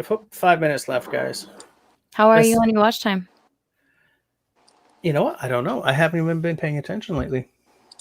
Yeah, I ran your channel. When was it? A couple of days ago. I was inside and I was like, oh, I'll just play a few while I was inside. I set up because back in the day when I was really pushing at it, I had a couple of friends who were like, look, I'll just put it on overnight as I go to bed. So I did one playlist that's called The Whole Enchilada. Every video I do that's not a live stream goes in there, you know? Yeah. And I was really playing into that, saying, look, guys, if you want to help me out, set them all to like 144p so that you're not paying through the nose for your access, whatever. I mean, I've got unlimited, and most of the people I know now do as well. But you know, just like if you're not watching them, you know, set them on silent so that you don't hear them. Put them at 140p so you're not paying through the nose, and just let it run for the weekend, kind of thing. And you know, and that really did help me. Yeah. Back in the day. I've been having a few people run my channel these days, and like I think Grace was running it, I think, and there was who else I saw? Yeah, a whole bunch of people have been really helping me out, and it's really cool. Like I'm at almost 2,900 hours, so Nice. I'm getting there. Well, you're moving it. You're moving it. You're I mean, look, YouTube may move the goalposts on us again, right? But if you can get to probably will. Yeah. I mean, that's what they do. I have jokingly say that, you know, YouTube is that kind of skeezy uncle that no one really wants to invite to the party and no one really wants to talk to when he's there. You know, I mean, the website is great. The service is great. The company is just it just is. It is what it is. It is what it is. I got Alain's Instagram right there. Yeah, I just put it up before there. Plugging my brother, of course. That's your brother. Yep. Cool. Yeah. Yeah, dragonflies mating. Yeah, he's really brought up his game. I mean, his photos have always been pretty good, but it seems lately he's been working it. It's probably the new lens got there and kind of got together. Well, my family got together. I was preoccupied with other stuff, but anyway, so he got a new lens. So I think that's helped him a lot lately. Was it like a 300 mil? No, so with some of his photos, it's got to be bigger. Yeah, it's not your 55 millimeter, that's for sure. I think it's something like 300. I forget it was like 200 or 300, something like that. Hold on a second. You could confirm, maybe. There you go, 100 to 400. Oh wow, that's pretty good. I can't see that. Huh? Want my wildflowers. Oh, nice. That's your lawn that you never cut? Yeah. Isn't that cool? Yeah. I got this. It's a 70 to 200. It's beat to hell. It's being kept together with tape. It's not technically mine. It belongs to a friend of mine, but he has one that works. I mean, this one works, but I can only use it in automatic, and it's so heavy that I don't bring it. You know, I don't bring it. Yeah, it's like a DSLR. I'm just going to start that whole sentence again. My plan for this year was to get rid of my 80D and buy the 90D. And I believe that if I can survive to the end of the COVID issue, that's how I'm going to reward myself. Yeah. That's like the one fiscal plan of the year that I will try to get back to. Like everything else I had planned, I had all these plans for, you know, equipping my area here for live streams and stuff. Forget about it. Although I'm very grateful my wife bought me a stream deck, which is plugged in so I can't show. Oh, there it is. Right? I saw a picture of that. You posted a picture of that. Yeah. but everything is sort of on hold. But I would really like to swap out to that 90D because it's a 4K camera, and I don't show my videos in 4K, but you guys have seen like in my videos where I'm talking and then I sort of, do that punch in. You have a lot more freedom when you're shooting with 4K than in 1080p. Mm-hmm. Definitely. So it's all about just having more freedom of this, or if I'm doing a product review, then I could just zoom in on this without needing to do like a 2-camera shoot kind of thing, Yeah. Yeah. But it's money, and like Well, I I Hey, was gonna Foxy. say maybe if you want to change your camera, maybe I'll buy your old one. That's what I was gonna say. Yeah. I actually got my eye on one. It's not a DSLR. It's a Sony Z1 something. It's a point and shoot, but they changed the color grading and stuff. And I think for vlogging for me, since I have like really small arms, it might be a little bit better. the And then since ZV1. I'm always on the go, and it's got a really awesome, like the best autofocus. Like you can seriously like show something real quick and it'll focus and then focus back to you like as quick as that. Yep. So I think I might look into that one. It's I'm like putting- $1,000 and you can have Yeah. an external mic and the flip out screen and everything. So Yeah, it's $9.99 at vistech.ca. I just dropped a link to it in the ZV1. yeah. Canon used to have the best autofocus in the land, but Sony they've really brought up their game. Yeah. Yeah, definitely. Oh, it's 11 o'clock, guys. So All right. we're done. We're done. Thanks to Mallory and Sales for hanging out to the bitter end. Thanks to Martin for coming on earlier. Thanks to all of you guys for being there in the side chat and keeping things entertaining. Thanks to Alain for showing up, and Foxit and Outdoor Dauber and Grace and all you beautiful people. I'll see you next week. I'm working on getting another interview out for you guys and hopefully another panel discussion sometime soon. And I'll let you know when that happens. So, as I like to say, everybody stay safe, stay healthy, and I'll see you next week. All right. Bye. All right. Good night.